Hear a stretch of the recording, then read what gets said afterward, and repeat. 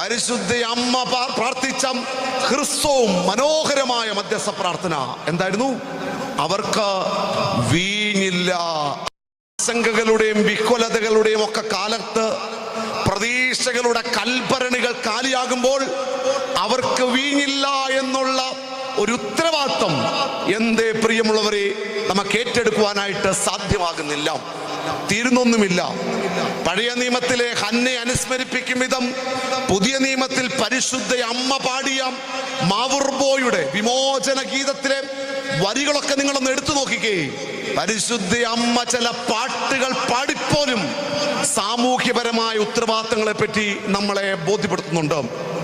സമ്പന്നനും ദരിദ്രനുമെന്ന ഉച്ചനീചത്വമില്ലാത്ത സാമ്പത്തിക വിപ്ലവത്തിന്റെ സ്വരമുണ്ട് പരിശുദ്ധ അമ്മയുടെ പാട്ടിൽ. പ്രിയമുള്ളവരെയും പ്രഭുക്കന്മാരെ സിംഹാസനത്തിൽ നിറക്കി